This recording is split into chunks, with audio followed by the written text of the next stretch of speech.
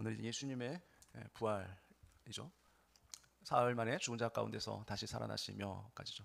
지난 시간에 예수님의 죽음을 살펴봤고 오늘은 이제 예수님의 부활 신앙고백에 대해 살펴보겠습니다. 예수님의 이 부활은 인류 역사의 새 시대를 열게 된 사건이죠. 우리는 이 인류 역사의 분기점을 예수님의 탄생을 기준으로 봅니다. 더 정확하게 따지면 이 예수님의 부활 사건으로 봐야 되는 것이에요. 왜냐하면 이 예수님의 부활로 말미암아서 이제 인간의 삶이 죽음으로 끝나는 것이 아니라 이제 영생의 시작점이 되기 때문에 그렇습니다.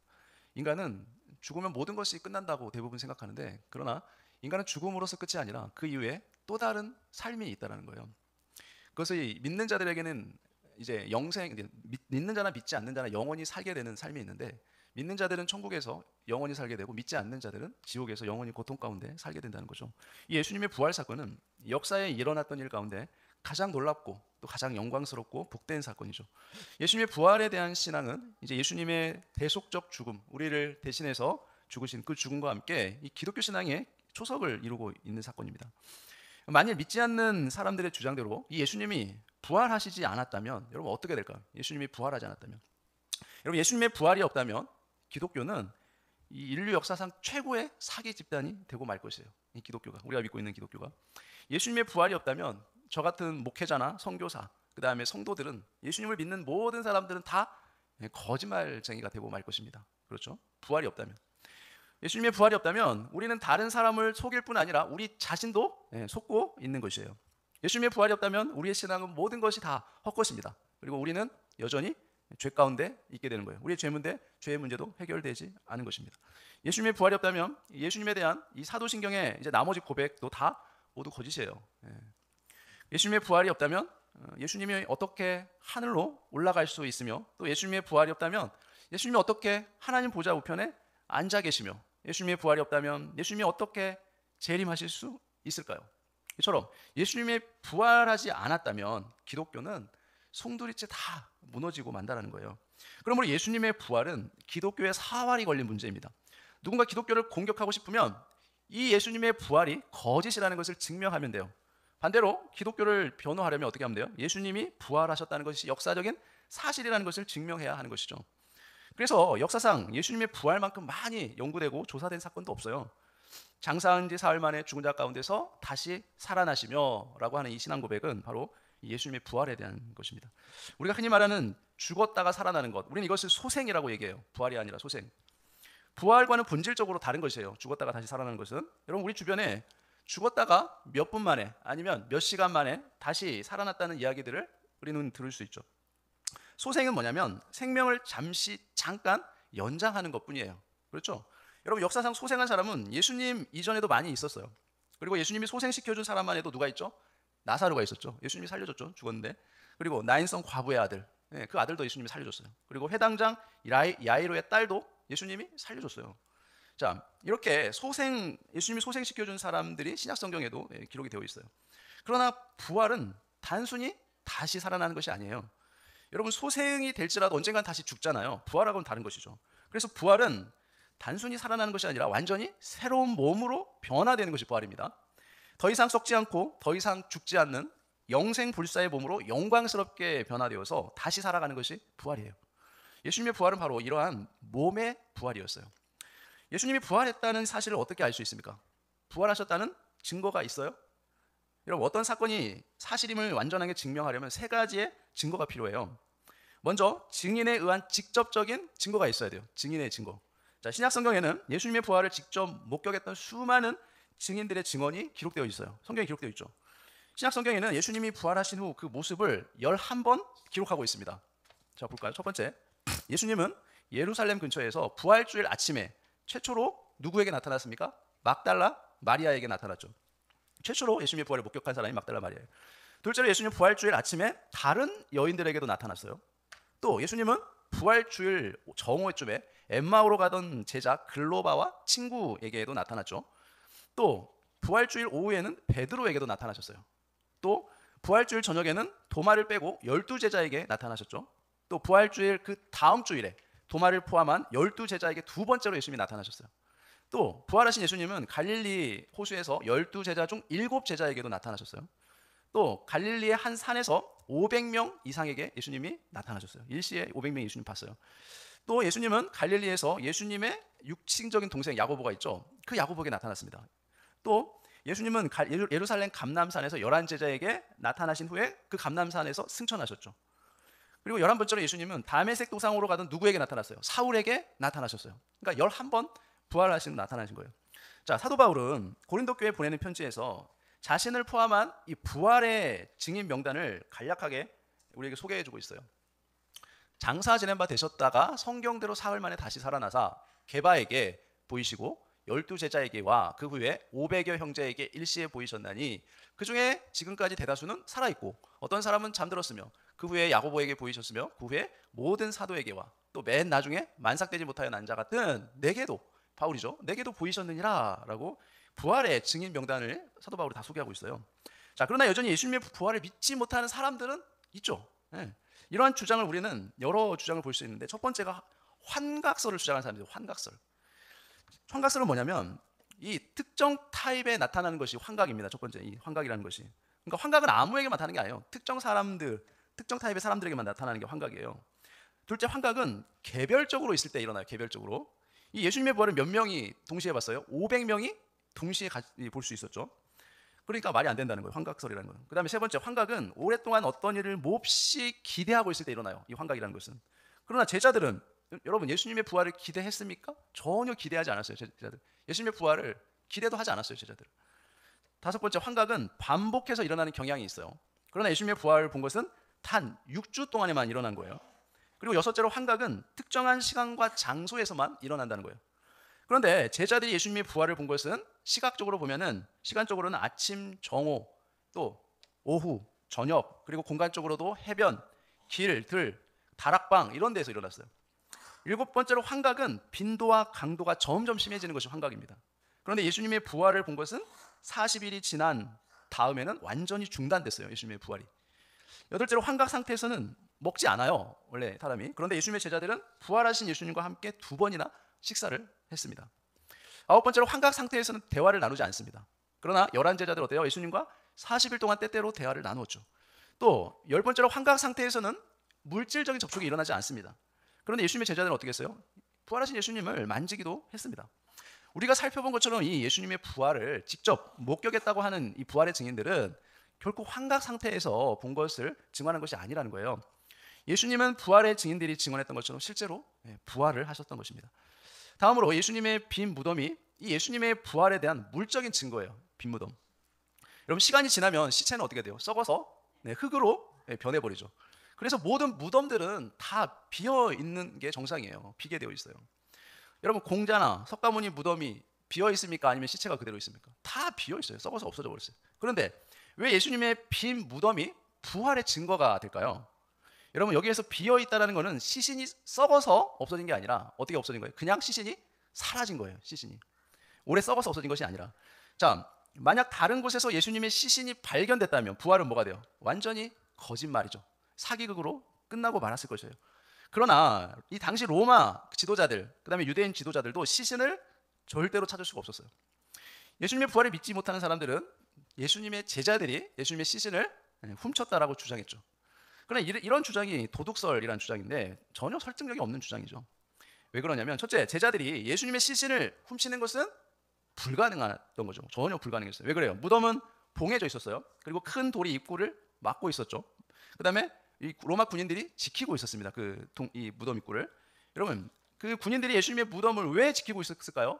만약에 그 무덤 안에 있는 시체를 어떻게 돼요? 시체가 없어지면 그 군인들은 다 죽게 돼요. 그러면 자기 목숨을 걸고 그 무덤을 지켜야 되는데 어떻게 제자들이 그 시신을 훔칠 수 있겠냐는 거죠. 말이 안 되죠. 둘째로, 로마 군인들은 보통 16명이 한 조가 되어서 지켰습니다. 그래서 로마 군인들이 동시에 잠을 자는 사이에 제자들이 와서 시신을 훔쳐갔다는 것은 거의 말이 되지가 않는 거죠. 16명의 군인들이 동시에 잠을 잘 수는 없는 거죠. 실제로 제자들이 만일 예수님의 시신을 훔쳤다면 어떻게 했을까요? 그 당시 지도자들이 예수님의 제자들을 시신 도굴범으로 해서 아마 처벌했을 거예요. 그러나 그런 일이 일어나지 않았어요. 넷째로, 제자들이 시신을 훔쳤다면 어때요? 이 시신을 훔친 그 소행이 너무나 서툴렀다는 거죠. 왜 그래요? 무덤 속에서 시신을 쌌던 세마포와 수건을 그대로 남겨두고 아니 그걸 남겨두고 예수님의 시신만 가져왔다는 거죠. 그건 말이 안 되잖아요. 여러분 시신을 가져오는데 몰래 가져오려면 아니 그 세마포 수건을 왜 남기고 시신만 어떻게 가져옵니까? 말이 안 되는 거잖아요. 그리고 다섯 번째, 제자들이 예수님의 시신을 훔칠 수 있는 상황이 아니었어요. 그렇죠. 부활절 아침 제자들은 다 예루살렘 밖으로 다 도망가 버렸어요. 그 당시에 베드로와 요한만이 예루살렘에 남아 있었어요. 그렇죠. 베드로는 주님을 또 부인을 해버렸죠. 그렇죠. 요한은 주님의 어머니 마리아를 돌보고 있었던 상황이었어요. 근데 어떻게 제자들이 예수님의 시신을 훔칠 수 있었을까요? 그건 말이 안 되는 거죠. 여섯째로 제자들은 예수님의 시신을 훔칠 만한 그런 동기가 없었습니다. 여러분 예수님의 제자들은 사도 요한을 제외하고 모두 다 예수님의 부활을 증거하다가 다 순교당했어요. 그렇죠. 만약에 부활이 거짓이라면 여러분 누가 그 거짓말을 위해서 순교를 당할 수 있겠습니까? 아니 자신들이 예수님의 시체를 훔쳤다면 예수님의 부활이 거짓이라는 것을 안다면 어떻게 그것을 증거하면서 자기 목숨을 잃을 수 있는 상황에 순교를 해가면서 예수님의 부활을 증거할 수 있냐는 거죠. 그거는 정상적인 사람이라면 도저히 불가능한 것이죠. 거짓말을 한다는 것은 자신의 이익을 위해서 하는 건데 여러분 제자들이 예수님의 부활을 증언해서 얻을 수 있는 이익이 뭐가 있냐는 거죠. 일곱 번째로 이 유대인들은 자신들의 종교 지도자들의 무덤을 숭배했습니다. 그런데 예수님의 무덤을 어떻게 해요? 제자들이 숭배한 적은 없다는 거예요. 만약에 시신을 훔쳐서 어디엔가 묻었다면 반드시 그 무덤을 숭배했을 것이에요. 근데 그런 일이 없어요. 여덟째로 만일 제자들이 훔쳐서 꾸몄다면 부활을 우리는 세계 최고의 사기 종교를 믿는 거예요. 이러한 거짓말 위에 수십억의 사람들이 다 속아서 사기를 당해서 그것도 수천 년간 이 사기 종교가 지탱될 수 있냐는 거죠. 도저히 불가능한 것이죠. 그렇다면 이 예수님의 빈 무덤은 어떻게 된 것일까요? 제자들의 주장처럼 예수님이 실제로 부활하신 것이죠. 예수님이 부활하셨기 때문에 부활주일 아침에 무덤이 비어 있었던 것입니다. 마지막으로 예수님의 부활에 대한 간접적인 증거인 정황적 증거를 좀 살펴볼게요. 비록 어떤 사건에 대한 분명한 증인이 없고 또 물적 증거가 없다고 할지라도 정황적인 증거를 통해서 사실을 확인할 수 있습니다. 예수님이 부활하지 않았다면 도저히 일어날 수 없는 수많은 정황적인 증거가 있어요. 그게 뭐냐면 첫 번째, 부활 이전의 예수님의 말과 행동이에요. 예수님은 부활하기 전에 자신이 부활할 것이라고 몇 차례 걸쳐서 말씀을 하셨죠. 인자가 죽임을 당하고 죽은 지 3일 만에 다시 살아나리라라고 예수님은 이미 부활에 대해서 말씀해 주셨어요. 그리고 예수님은 부활 전에도 죽은 자를 살리는 기적들을 많이 행하셨죠. 또한 예수님은 자신이 하나님의 아들이라고 주장했어요. 그리고 예수님의 죽음조차 단순한 죽음이 아니라 어떤 죽음이에요? 죄를 대속하기 위한 죽음이라고 예수님이 주장하셨어요. 자, 이러한 예수님의 말씀과 기적의 정황은 뭐예요? 예수님이 부활하셨다고 하는 간접적인 증거가 되는 것이죠. 두 번째로 이 제자들의 놀라운 변화입니다. 이 예수님의 제자들은 예수님의 체포와 십자가를 보고 모두 도망쳐서 숨어버렸죠. 그런데 그런 제자들이 갑자기 용감하게 예수님의 부활을 목격했다고 그것을 증거하기 시작했어요. 그리고 제자들은 예수님의 부활을 증거하다가 순교를 당하는 것을 두려워하지 않았어요. 예수님의 부활이 사실이 아니라면 어떻게 제자들에게 이렇게 놀라운 변화가 생길 수 있냐는 거죠. 이걸 설명할 수가 없다는 거죠. 아니 그렇게 예수님이 붙잡혀서 십자가에 죽는 모습을 보고 다 도망쳐버렸던 제자들이 어떻게 갑자기 어느 순간에 그렇게 용감하게 부활을 증거하면서 순교를 당할 수 있냐는 거죠. 불가능하다는 거죠. 셋째로 회의주의자 야고보와 바울의 변화예요. 예수님의 동생 야고보는 예수님의 부활이 있기 전에 이 예수님의 메시아 되심과 하나님의 아들 되심을 믿지 않았습니다. 그렇죠? 그러나 회의론자였던 예수님의 동생 야고보가 어떻게 돼요? 나중에 초대교회의 가장 중요한 인물이 됩니다. 그리고 예수님의 부활을 증거하다가 마지막에 동생 야고보도 순교자가 되죠. 또한 교회의 원수였던 사울은 어때요? 기독교를 세계 곳곳에 전하는 가장 열정적인 선교사의 삶을 살다가 순교를 당하죠. 이 야고보와 사도 바울 같은 사람의 변화를 우리가 어떻게 설명할 수 있냐는 거죠. 사람들의 말처럼 예수님의 부활을 체험하지 않고서는 도저히 불가능한 일이라는 것입니다. 넷째로 예수님의 부활 이후 유대 사회에 생긴 변화예요. 여러분 개인이 몇십 년 동안 가지고 있었던 생각과 습관을 버린다는 것은 결코 쉬운 일이 아닙니다. 한 사회가 수백 년 수천 년 믿고 내려오던 가장 중요한 신념이나 제도를 바꾼다는 것은 우리가 역사적으로 볼 때 1879년에 프랑스 대혁명이라는 천재를 진동하는 사건이 있었기 때문에 가능한 일인 것이죠. 그런 것처럼 국가 전체가 이렇게 바뀌는 그런 일들은 거의 쉬운 일이 아니라는 거예요. 여러분 유대인 사회에서 유대인이 되는 조건이 뭡니까? 동물로 제사를 드리고 율법을 지키는 것이었어요. 이것은 모세가 시내산에서 하나님께 율법을 받은 이후에 몇 년이나 지속됐어요? 1500년 이상 전통이고 관습이었어요. 그런데 예수님을 믿는 유대인들은 더 이상 동물로 제사를 드리지도 않았고 율법을 지키는 것이 공동체의 회원이 되는 조건이었는데 그렇게 생각하지도 않았다는 거예요. 그리고 특별히 안식일을 주일로 바꿔서 예배를 드렸다는 거죠. 예수님 믿는 사람들이, 유대인들이. 여러분, 주일은 예수님이 부활하신 날이기 때문에 그렇게 주일을 지켰던 것이에요. 이것은 예수님의 부활이 없이는 도저히 설명이 불가능한 것입니다. 뿐만 아니라 중요한 유대인들의 신념은 뭐냐면 여호와 하나님만을 유일신으로 믿는 것이었어요. 그런데 예수님의 부활 이후 제자들은 어때요? 예수님을 하나님이라고 믿기 시작했다는 거예요. 다섯째로 기독교의 가장 중요한 두 가지 예식은 뭐냐면 세례와 성찬식입니다. 기독교의 세례식은 예수님의 죽음과 부활에 자신을 연합시키는 그러한 의미의 예식이 바로 기독교의 세례식이에요. 그리고 이 기독교의 성찬식은 부활하신 예수님이 다시 오실 것을 기대하면서 이 부활하신 예수님의 영적 임재를 상징하면서 식사를 하는 의식이 바로 이 성찬식입니다. 이러한 기독교의 세례와 성찬은 예수님의 부활이 사실이 아니라면 아무런 의미가 없는 것이죠. 의미가 없는 예식을 하는 것이에요. 그래서 기독교의 가장 중요한 두 예식이 모두 예수님의 죽음과 이 부활을 기초로 하고 있다는 건 뭡니까? 바로 예수님의 부활이 역사적 사실이라는 것을 간접적으로 증거해주고 있는 것이에요. 또 여섯 번째로 기독교의 출현이에요. 기독교는 예수님의 부활을 전하는 종교입니다. 만약 예수님의 부활이 사실이 아니었다면 어떻게 이런 부활을 전하는 부활 교리를 가진 종교가 이게 만들어질 수 있냐는 거죠. 어떻게 기독교가 수많은 박해에도 불구하고 2000년 동안 지속해오고 있으며 지금 전 세계 3분의 1의 인구가 이 기독교를 믿고 있는 그런 종교가 되었냐는 거죠. 불가능하다는 거죠. 예수님의 부활이 역사적 사실이며 또 지금도 부활하신 예수님이 교회를 보호하고 인도하고 계신다는 이 기독교인들의 주장 밖에 달리 설명할 길이 없다는 거죠.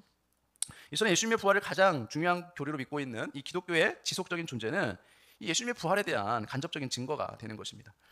교회가 믿고 있는 신앙은 예수님의 부활의 역사적 사실에 기초하고 있다는 거예요. 우리가 믿는 모든 신앙은 예수님의 부활에 기초해요. 수많은 예수님의 부활 증인의 직접적인 증거들, 그리고 빈 무덤이라는 물적 증거, 또 수많은 간접적인 정황적인 증거, 이거는 예수님이 부활하셨다는 결정적 증거를 우리에게 제공해주고 있는 것입니다. 그렇다면 이 예수님의 부활은 예수님에 대해 무엇을 우리에게 말해주는 것일까요? 첫 번째로 예수님의 부활은 뭘 말해주냐면 예수님이 하나님의 아들이라는 것을 우리에게 증명해줍니다. 예수님의 삶과 죽음, 또 예수님의 교훈과 기적, 그리고 예수님이 하나님의 아들이라는 사실을 우리에게 보여줘요. 그런 것들은. 그러나 예수님의 부활이야말로 뭐예요? 예수님이 하나님의 아들이라는 최종 증거가 돼요. 예수님의 부활. 예수님이 주장한 신성을 증명해주는 사건이 바로 예수님의 부활이기 때문에 그래요. 둘째로 예수님의 부활은 예수님의 죽음이 대속적인 죽음임을 우리에게 증명해주죠. 여러분, 죽음은 죄의 형벌이죠. 그런데 왜 죄 없는 예수님이 죽으셨어야만 했을까요? 바로 예수님의 죽음은 죄인인 우리를 대신한 죽음이셨기 때문에 그래요. 예수님의 부활이 없었다면 예수님의 이러한 대속적 죽음이 사실인지 아닌지를 우리가 확인할 길이 없다는 거죠. 셋째로 예수님의 부활은 예수님이 죽음을 정복하셨다는 걸 우리에게 보여줍니다. 모든 인간에게 군림하는 최대의 세력이 바로 죽음이죠. 이제까지 죽음을 이긴 인간은 아무도 없었습니다. 그러나 예수님은 죽음을 이기셨어요. 예수님의 부활은 죽음을 정복했다는 사실을 우리에게 증명해 주는 것입니다. 예수님은 부활하심으로 인류 최대의 원수인 죽음을 이기셨어요. 그러므로 예수 그리스도의 부활은 어때요? 죽음의 종노릇하는 이 땅의 인류에게 가장 큰 기쁨의 소식인 것입니다. 넷째로 예수님의 부활은 예수님이 성령님을 성도들에게 보내줄 수 있게 되었음을 의미해요. 성령이 오심으로 신자들은 어떻게 돼요? 거듭나게 되죠. 신자들은 성령을 통해 새 마음, 새 영을 가지게 됩니다. 그리고 하나님의 아들이신 예수님이 이루어놓은 그 구원의 내용을 경험하게 돼요. 깨닫게 돼요. 알게 돼요. 자, 이러한 성령 강림은 예수님의 부활로 가능하게 된 것이죠. 부활하신 예수님이 성령님을 보내주시게 된 것입니다. 사실 예수님의 부활로 예수님의 승기가 이루어진 거예요. 부활하신 예수님을 승천하여 이제 하나님 보좌 우편에 앉아 계시죠. 하나님 보좌 우편에 계시면서 날마다 우리 성도들을 위해 중보하고 계십니다. 자, 이와 같은 예수님의 승계는 예수님의 부활이 있음으로만 가능한 거예요. 예수님의 부활이 아니면 이러한 일은 일어날 수 없는 일이죠. 여섯째로 예수님의 부활은 예수님의 재림과 심판이 있을 것을 말해줘요. 부활하신 예수님은 반드시 다시 오실 것입니다. 예수님의 재림은 이제 심판을 위한 것이기 때문에 그래요. 예수님은 재림하여 모든 원수들을 영원히 멸망시키실 것입니다. 그리고 당신의 백성을 위한 영원한 나라를 이제 세우실 것이죠. 재림과 심판과 영원한 나라의 건설이 모두 뭐에 기초해요? 예수님의 부활을 기초로 하고 있는 것입니다. 그렇다면 예수님의 부활은 신자인 우리에게 어떤 유익을 주는 것일까요? 예수님의 부활은 예수님을 믿는 우리에게 말할 수 없는 유익을 줍니다. 첫 번째가 예수님의 부활은 우리의 죄가 용서받았다라는 영수증을 우리에게 주는 것과 똑같아요. 예수님의 십자가 죽음이 내 죄값을 위한 대속적 죽음이라고 믿는 신자들은 어떻게 됩니까? 예수님의 부활로 인해 우리의 모든 죄가 다 용서받았다는 사실을 우리가 확인할 수 있는 것이죠. 왜냐하면 예수님의 부활은 예수님의 십자가의 죽음이 우리의 죄의 용서를 위한 죽음이라는 하나님의 영수증이기 때문에 그래요. 그러므로 우리가 과거에 지었던 죄, 또 현재 짓고 있는 죄, 앞으로 지을 모든 죄값으로 인해 지옥에 들어갈 그 형벌은 더 이상 우리에게 없다라는 거죠. 예수님의 부활로 인해서. 둘째, 예수님의 부활은 우리가 죄에서 해방되었다는 것을 우리에게 말해줘요. 아담의 타락 이후 모든 사람은 죄인이었고 또 죄의 종으로 태어납니다. 그러나 신자들은 더 이상 죄의 종로로 살 필요가 없게 되었죠. 신자들은 더 이상 이제 죄의 종로로 살 필요도 없고 오히려 누구의 종이 되어서 하나님의 종으로, 하나님의 자녀로 거룩한 삶을 살 수 있게 된 것입니다. 셋째로 예수님의 부활은 우리의 삶의 미래에 대한 소망이 된 것입니다. 예수님의 부활은 육체의 죽음이 인생의 끝이 아니라는 것을 우리에게 보여준 것이요.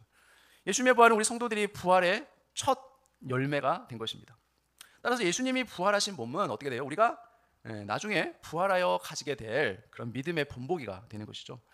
예수님이 재림할 때 무덤 속에 있는 우리의 몸도 예수님의 몸처럼 이제 부활하게 될 것입니다. 그리고 예수님처럼 영화롭게 변화될 것이에요. 만약 예수님이 재림하실 때 살아있던 성도들은 어떻게 돼요? 살아있는 그 상태로 어떻게 돼요? 예수님의 그 부활의 영광스러운 몸처럼 변화된다는 거죠. 그렇게 될 것입니다. 그러므로 이 예수님의 부활은 우리의 신자들이 가지는 최대 소망이 되는 것이에요. 이런 예수님의 부활에 대한 믿음과 소망을 가지고 어떤 어려움 가운데서도 믿음으로 승리하시는 저 여러분 되시기를 예수님의 이름으로 축원합니다. 기도하겠습니다. 하나님 아버지, 주님의 크신 은혜 감사합니다. 하나님, 우리가 우리 시간을 통해서 예수님의 부활이 가지는 의미가 무엇인지 우리가 함께 살펴보게 해주시니 감사합니다. 예수님이 부활하심으로 우리의 모든 죄가 하나님 앞에 용서함 받고 우리가 하나님 앞에 의로운 자로 설 수 있는 그 은혜를 받게 해주시니 감사합니다. 또한 우리가 죽음으로 끝나는 것이 아니라 죽음 이후에 영원한 삶이 있다는 것을, 영광스러운 몸을 가지고 주님과 함께 주님의 나라에서 영원히 살게 될 그 소망을 우리가 가지고 살 수 있는 이 놀라운 은혜 늘 생각하면서 어떤 어려움 가운데서도 부활의 소망을 잃지 않고 믿음으로 승리하며 살아가는 저희들 모두가 되게 해주옵소서. 이 모든 거 예수님의 이름으로 기도합니다. 아멘.